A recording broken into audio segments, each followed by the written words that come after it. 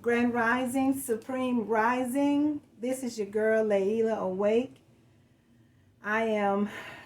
You are tuning in to my content creating video this evening. And I want to say hello to you. And I want to also, for those that are new to my channel, I want to share with you that my content is catered specifically to the uprising of my people, the love and the my doing my part to assist in freeing my people from this evil system, and also uplifting my people. So I am here this evening. I am always excited and passionate. I'm very passionate about what I do, and I do it from my heart, and I do it because I love it. You know, that's the main thing. I love my people, and I love making my contributions to freeing us. And so that is what you'll see when I come on. Is you should see and feel the passion in my voice and in my energy, and I hope that you do it at least. But it's there, guys. It's there. I work very hard to give my contribution, and I do it, like I say, I do it from a place of love. So tonight I want to talk about it's a very touchy subject, very touchy topic, but much needed. And in this day and time, the age of Aquarius, where the truth is coming forth, it is time for us to be honest with ourselves and honest with others about what is going on this planet, about those things that have been hidden from us, that are still hidden from us, but now being revealed. And so this topic is concerning 501c, the church and their operations under this system, and some other agencies. We're going to talk about that tonight, guys. And I'm going to start out by, first of all, I'm going to ask you to like the video. I want to ask you to do that first. And when done, share it, please. Click the notification bell and subscribe so that you can continue to get the content as I create it. I want to get that out the way. And then we're going to jump right in. I'm going to play a video for you. This young brother, New Breed. Let's see his name. New Breed. Global Truth. Right. This young brother put out some content just recently on this topic, and it was just magnificent. I'm going to play a little bit of it, and then I'm going to put the link in the description so that you can have access to the full content, the full video. But I'm going to play a little bit right now just so we can dive in. And then I'm going to tell you a little bit about my story at the end of the video, because I do have a personal story. When it comes to the church and these types of evils, I have my own experience. So a lot of what I say is not hearsay and secondhand information. Is actually my own experience. So let me go ahead and get started so we can get going and get through this video. I see y'all. I see you, Jacqueline. Hey. Let's see. Hold on. I wanted to talk about 501c3 churches, camps, these organizations that a lot of individuals seem to blindly follow, believing that they're getting the sincere, unadulterated truth. When on the contrary, my good people, there's certain things that they can't talk about. Under this 501c clause. Now, I'm going to tell you about what they can't talk about. And some of you all in the Israelite faith, you're a part of some of these camps who actually are under 501c3s. And you'll notice, after going through this information, that, hey, Breed, I think you're right. They really cannot talk about these things. And that's not what the gospel of Christ is supposed to be about. That's right. There should be a clear-cut separation between church and state. Um, the spirit of truth is supposed to move expressively. That's what the scriptures tell us. That means there should be no muzzle on the word of God. That's right. Um, the Bible tells us this. Matter of fact, when you go to John 16 and 13, it reads, howbeit, when he, the spirit of truth, is come, he will guide you into all truth, into all truth. For he shall not speak of himself, but whosoever he shall hear, that shall he speak, and he will show you things to come.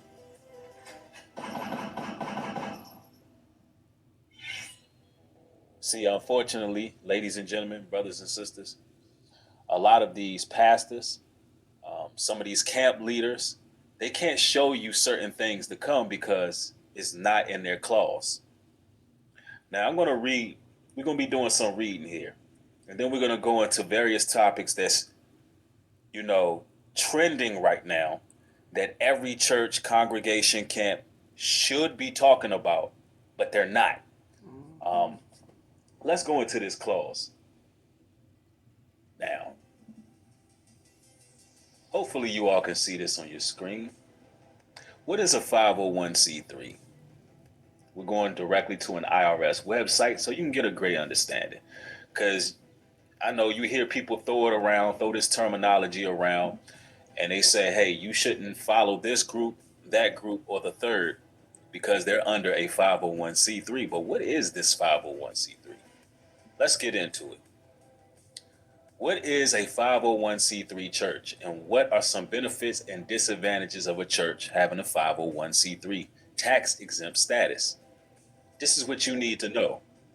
When starting a new church, one decision you will need to make early on is whether or not you will pursue a 501c3 exempt status from the IRS. The American government has recognized that churches perform valuable social functions, and as a result, tax exemptions is a long-held American tradition. Very interesting, because the scriptures tell us plain as day. Luke 20 and 25. And he said unto them, render therefore unto Caesar the things which belong to Caesar, and unto God the things that which be God's. Right?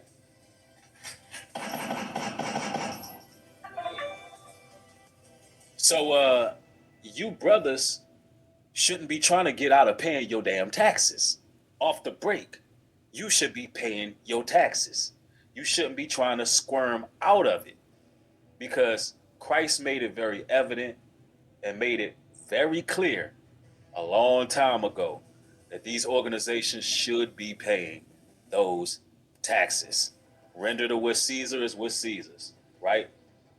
So, you got camps like IUIC, Israel United in Christ, under a 501c3, and that's not an accusation.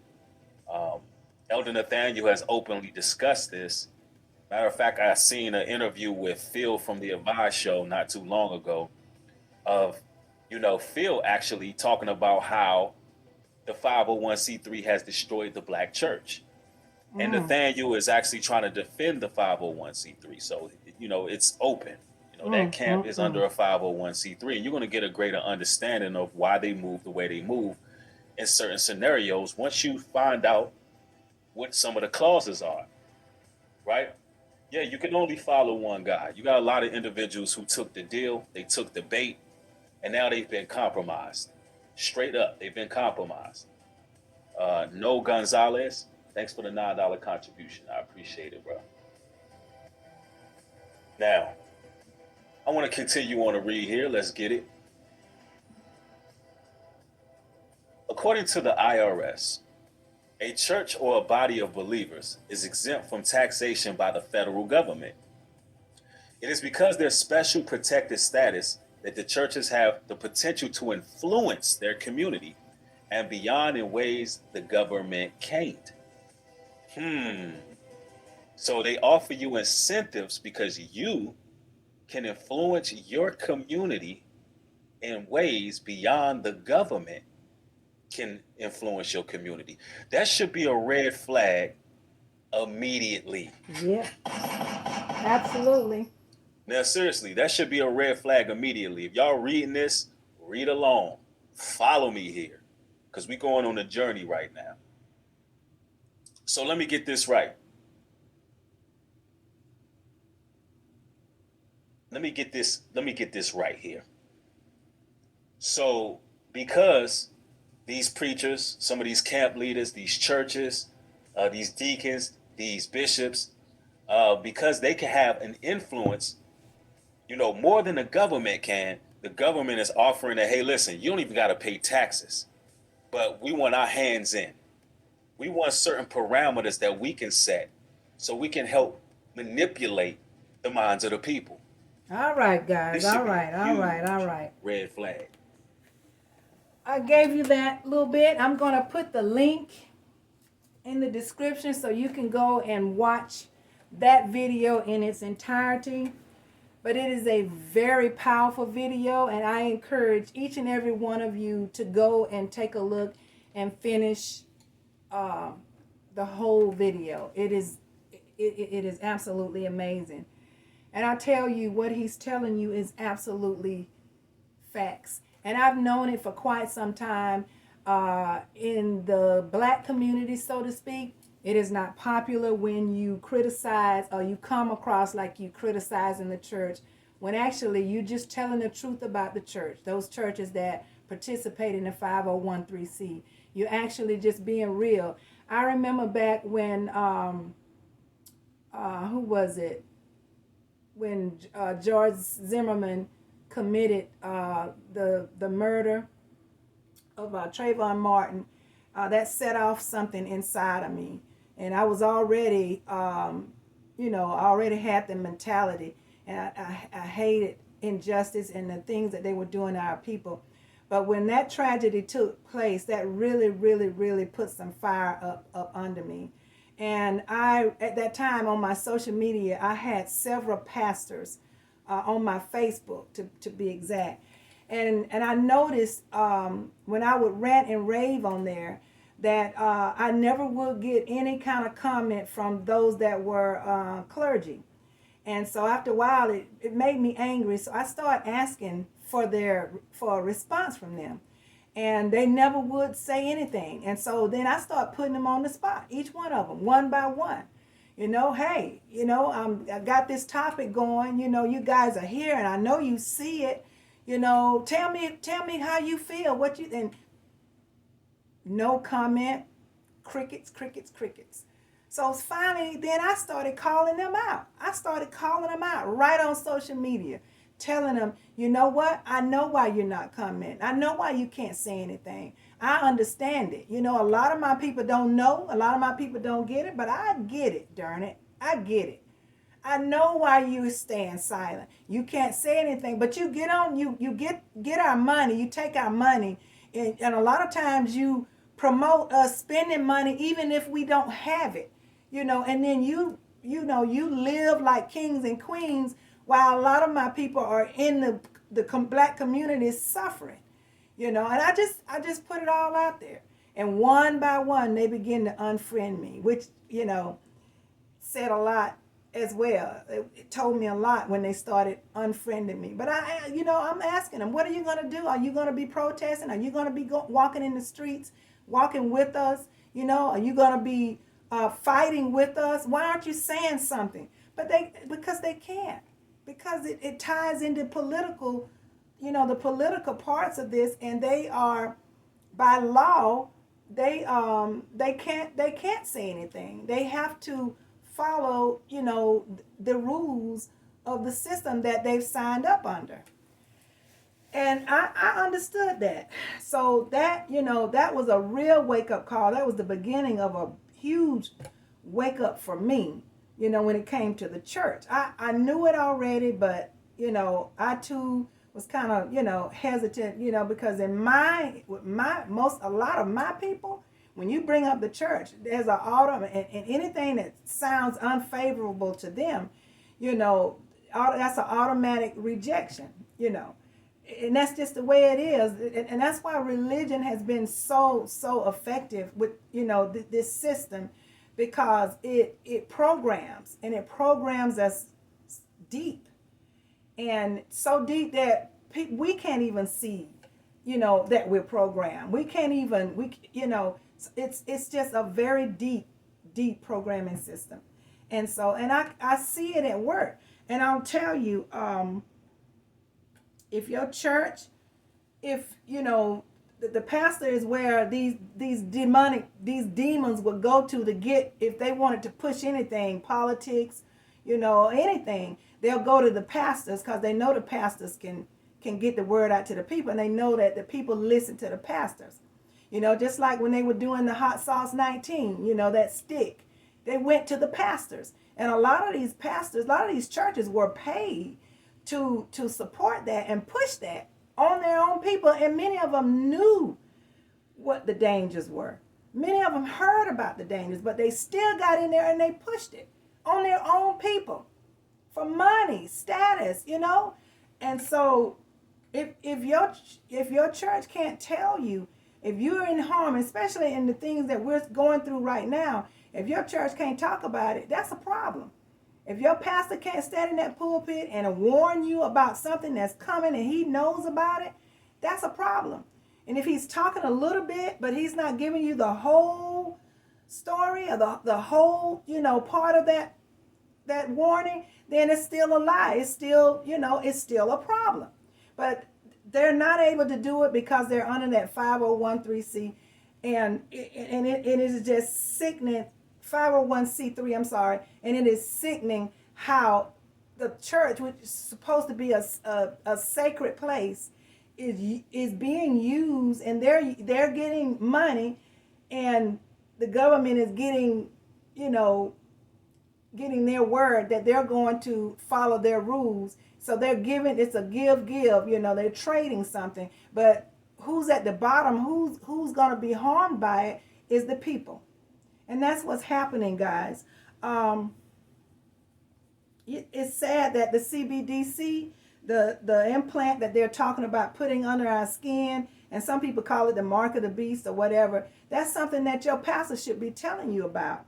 Any and everything that could put you in harm's way, they should be telling you. But they're not doing it. They're not in the streets fighting for us. When one of our children in the streets is murdered, and you don't see them out there, that a light should come on by now for sure. You're not going to get, your church is not going to support you, and mainly the reason is because of this system, this 501c3 system. And I'll tell you, just to give you a little bit of my story. Some of the meanest people that I encountered in the church. And I'll tell you, I left the church in 2010, and I had been trying to get the truth for so long, because I was always uncomfortable. And I did the thing, my mother and my grandmothers and great-grandmothers, they grew up in the church. I grew up in the Baptist church. But there was always something that I knew was not right, and I just could never put my finger on it. And I would ask the pastors questions, and I never could get a complete answer, or even an answer that made half of sense. So I just knew, I was never comfortable. But I was a member of a church actually in San Antonio, Texas. That's where I got my revelation. And my husband was, he was the videographer, and I sat in the pews. I worked the ministry, the nursing home ministry, but I sat in the pews, and I was able, especially being a woman, we're so intuitive. I was able to see a whole lot of evil stuff that my husband couldn't see it, because he was always behind that camera. And I remember, telling my husband how uncomfortable I was becoming, and I got to where I would be agitated just to get up and to go to that church. And so I told my husband, finally, I just can't do it. I said, I'm stressed. Just to go there, it causes me stress. And so that church always taught us to Don't ever leave. If there's a problem, talk to us. Come talk to us. Let us know what's going on. Don't just walk out the church. And I told my husband, I say, and it was the first lady that was doing a lot of the evil stuff. She was the one that was going around, keeping disturbance between the women in the church. And I think she was manipulating her husband, the pastor. And it was just all kinds of stuff I saw, and, clear. And I wasn't the only one that could see it. But my husband, being the kind-hearted man that he is, and he really loved the pastor. And I wasn't then exactly where I am now. So the pastor was, I kind of liked him too. And so to be honest, I tried to anyway and view him as something positive.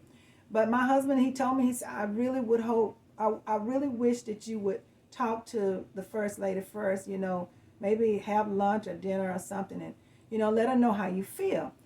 And I said, I don't think that's going to work. I knew it wasn't going to work. But for my husband, I agreed to it. And to make a long story short, I had to call about 3 times to get her to decide to meet me. She didn't want to meet me because a lot of times, we women, we can feel each other's energy. We can tell, who's going along with the program and who, can see through the program. And she knew that I could see through the program. But with her husband, the pastor's encouragement, she decided to meet me. And I paid for dinner for us. And when I sat down, I started telling her what I saw and how I felt, how it was making me feel. She immediately became enraged, and she stood up and she just went off on me right in Olive Garden. And she, in her rage, she even mentioned my deceased mother. And that's where I know back then I believed in the Holy Ghost. And when I didn't respond the way I would have responded some years ago, I knew some kind of spirit had a hold of me, because when she mentioned my deceased mother, it took all I could to stay, grounded and not do what I really wanted to do. And but that was my awakening about the church. And then along with some other things, that we, they thought they were trying to fill me and my husband out to see how much they can trust us with, all of the secret stuff that was going on in that church, with them, the pastor and his wife, and they're all their buddies, So we went on a trip with them one time, and this was prior to us leaving, but a lot of stuff we saw when we went on that trip. And I told my husband, I said, I can't do it. And when they called a meeting and my husband and I attended, and then when they realized that we were no longer sleep at no level at all, they just closed that door and they just let it all hang out. And that's when I really found out the truth that I had been looking for pertaining to the church all those years. I finally saw it all in one night in that meeting with that pastor and his wife. They were horrible. And I mean horrible. And church hurt, if you've ever experienced church hurt, it is a horrible feeling. But I began to connect the dots at that point. I started studying, buying books, researching, and just really digging in to find out the origin of the church. Once I found out the origin of the church, that information is what really set me on fire. Then the light began to really not only come on, but begin to really shine, because I started connecting the dots, and I can see it was founded on something that was not right. And so how can it be what we expect it to be when it's founded on what I found? So I tell you guys, it is something that, we're walking in truth, right? Isn't that what we're wanting right now? Most of us, many of us want the truth right now. And so when my advice to you is, don't close your ears and eyes when people are trying to give it to you. And if you don't want to take our word, you can always research. I advise you to do that anyway. Get out there and research. Get out there and dig and plug and find the books, get the uploads, ask for it, and ask and you shall receive. And you get the information so you can decide for yourself what the truth is, because the truth is all over the place now. And the universe And the Most High is giving it to you if you would just accept it and embrace it. So that is what I want to talk about tonight. This stuff is really, really serious, and we can play games all day long and continue to, hide reality and hide what is factual and truthful, and keep living the way we're living. And when we keep doing the same thing we're doing, we're gonna keep getting the same results. I'm telling you, I know many people's lives never change, and people been in the church for hundreds of years, and they still down in the dumps and going through, what they're going through. Nothing changed because it was not supposed to. It was not supposed to. And it goes back to the origin. So I would not come here and say this if I didn't know it to be true. I have an experience. And I'm telling you, I saw it with my own eyes, my husband and I. And church hurt is it's one of the worst things you can ever experience. But I'm glad we experienced it because it put me on a trail to find the real truth. And I'm here today to tell you to please do your research. Please don't go on blind faith and just believe I don't care which pastor it is. Do your own work and you will be blessed. I promise you. I thank you so much again for coming. I want to ask you one more time to please like the video and share it. And click the notification bell and subscribe if anything I say resonates with you. I thank you so much, my people. You are my folk. I love you so much. I wouldn't be here if I didn't love you. I'm going to sign out now. I'm going to say assalamu alaikum to you. Namaste. Shalom. What I always say, Ashe, Ashe, and Ashe. I love you. Peace be unto you. Until next time, I'm going to say hug somebody, get your son, and have a good evening. Bye-bye.